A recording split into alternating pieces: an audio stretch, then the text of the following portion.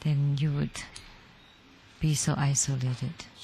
Then you are turned by your environment. So don't be deluded by the worldly things.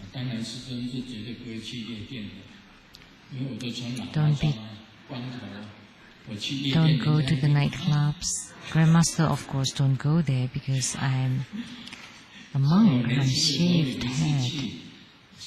My head is shaved. Like when I was young, I wanted to get a massage, and I wasn't ordained yet at that time. I wasn't a monk. And then the boss there said, "Oh, Grandmaster, you're here? It's okay. This is purely massage." And then from then on, I don't dare to enter into places I don't know. And that was the time before I became a monk, and now even more so after I become a monk. And a lot of people recognize me. And people who open clubs too know me. That you are Grandmaster Lu. Because I'm often on the newspapers. And, well, maybe I will be on the newspaper if that happens. I don't dare to say it more. So when you're not tempted, there's a benefit not going to the nightclubs. Do you know there's fire in the nightclubs? It's safer to watch TV at home.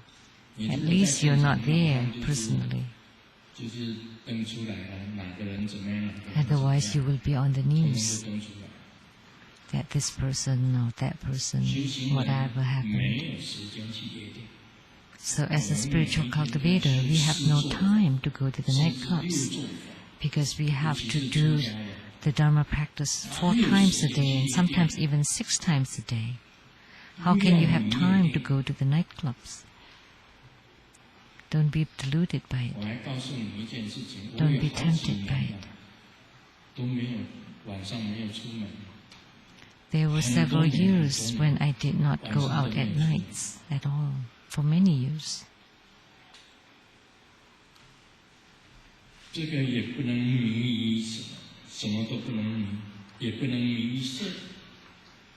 And also don't be obsessed by the sensual things. And the worst thing is if you are obsessed by money and you're just being affected by the money and being turned around, turned upside down by money. Every day, all day long, you just look at your bank accounts. And you cannot, you can only get money but not give money. But for us, they all come and go naturally.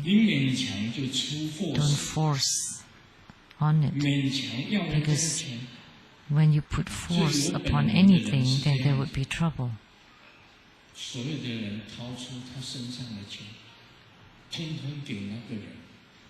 A lot of people take out money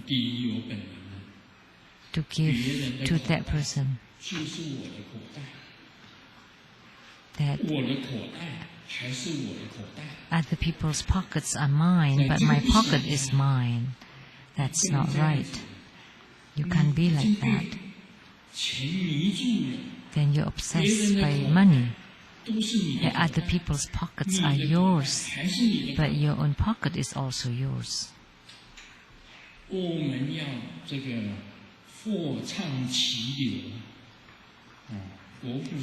We should have turnover. So money should flow. It should come and go. It should be used. Money that you use is your money. Otherwise, if you don't get to use it, then it's not yours. A neighbor's wife asks the neighbor, what would you do if you find out that your husband has an affair? And then the wife said, if my husband has an affair, then I would close one eye and open one eye. What the person who asked that question said, oh, you're so great, so magnanimous. Are you a Buddhist? Usually Buddhists are very tolerant and all-embracing. And the wife said, no, I'm not a Buddhist. When I open one eye and close another eye, it's because I am holding a gun.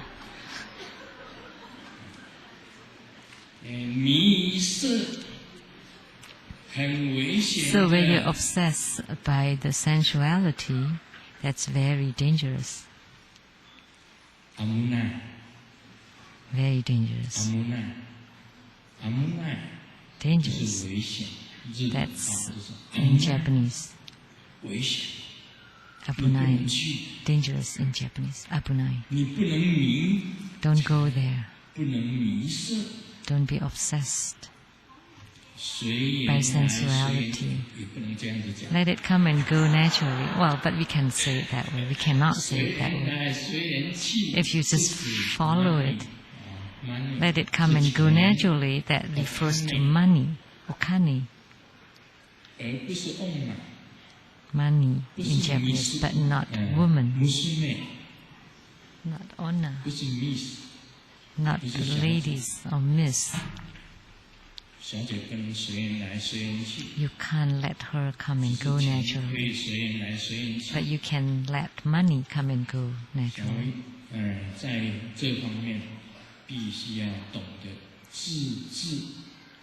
So you need to be able to control yourself in these aspects. You should have these three virtues. One is integrity, and then conscience and responsibility. Huh?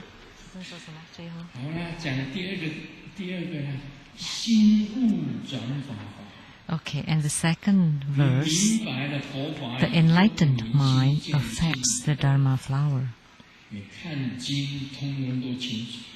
Once you're enlightened, then you would understand all the sutras you read. Like when we read the Platform Sutra, all the Zen koans, I can understand what they are talking about. That's because your mind is already enlightened, already has realizations. In the past, Master Lian told me,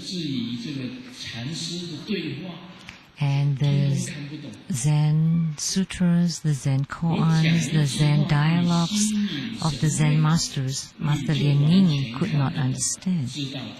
But once I transmitted to him, then he understood.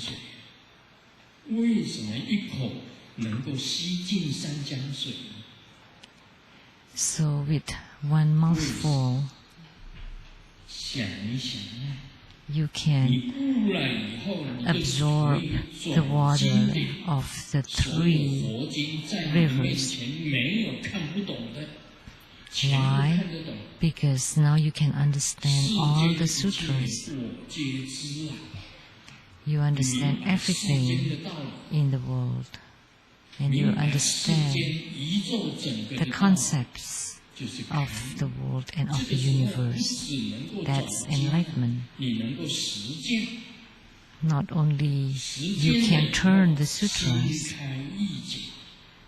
that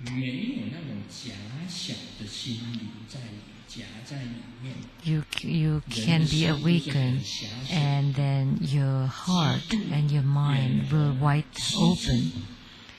But the heart and the mind of ordinary people are very small. They're very small-minded, jealousy, envious, and close-mindedness. So if you say words of jealousy, envy, that's words of the unenlightened one. And in the future, I will talk about the key point, the solitary hearer and the Patriarch Buddha. And so for the first two vehicles, the enlightenments actually only half. It's not the enlightenment of the Tathagata. So when your mind is enlightened, then you can turn or affect the Dharma flower. I've said so much that we need to abide by the 5 precepts, to perform the 10 good deeds, to abide by the 50 stanzas of the Guru devotions.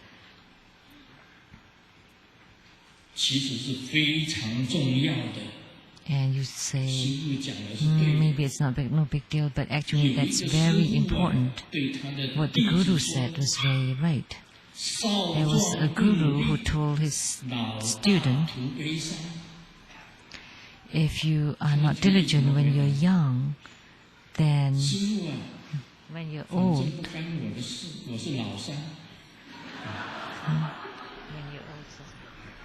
then you would regret. And then the student said, this is a play of the Chinese words. And then the student said, well, but I'm not the eldest, I'm number 3 in line.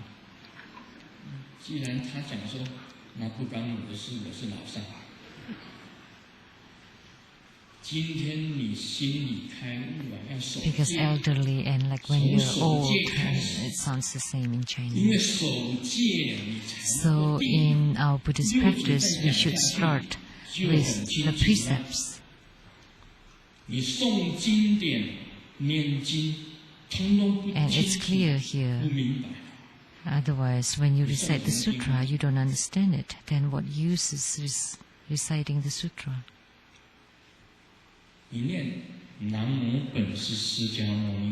When you recite Namo Buddha Sakyamuni,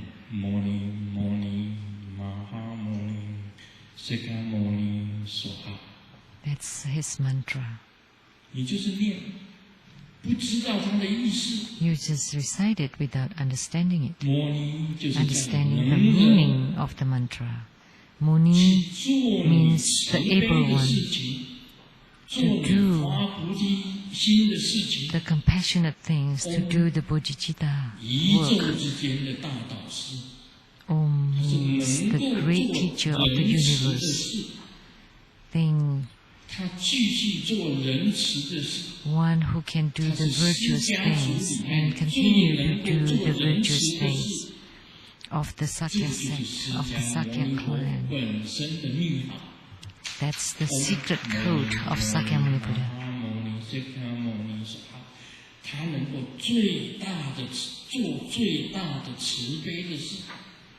He can do the most compassionate things, compassionate work. So you need to understand it.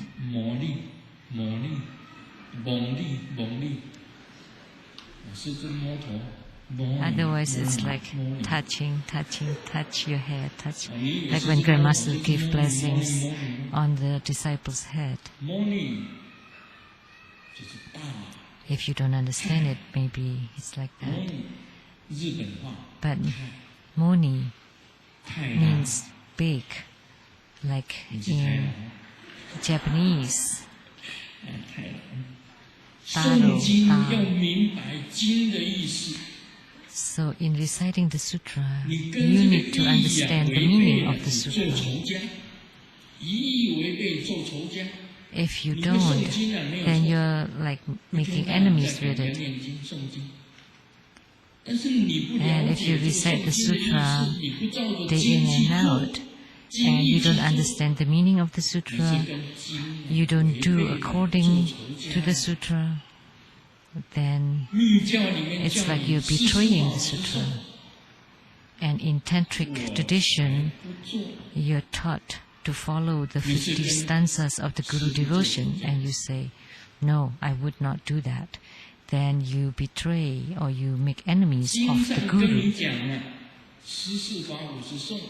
The Sutra said that the 50 stanzas of the Guru devotion and the 14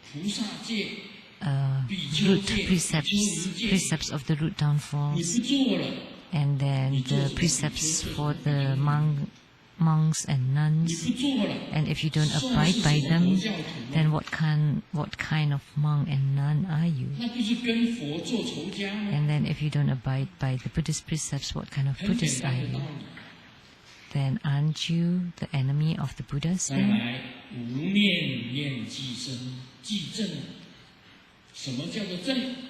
So the next in the stanza, in the realm of no thought, each thought is correct. What is correct? That's no thought. And what is no thought? I have said that. What is samadhi and meditation? So no thought is when you're not affected by any of the thoughts. It's not asking you to have no thoughts whatsoever. Because by having no thoughts whatsoever, then you are a stone. Because only a stone has no thoughts.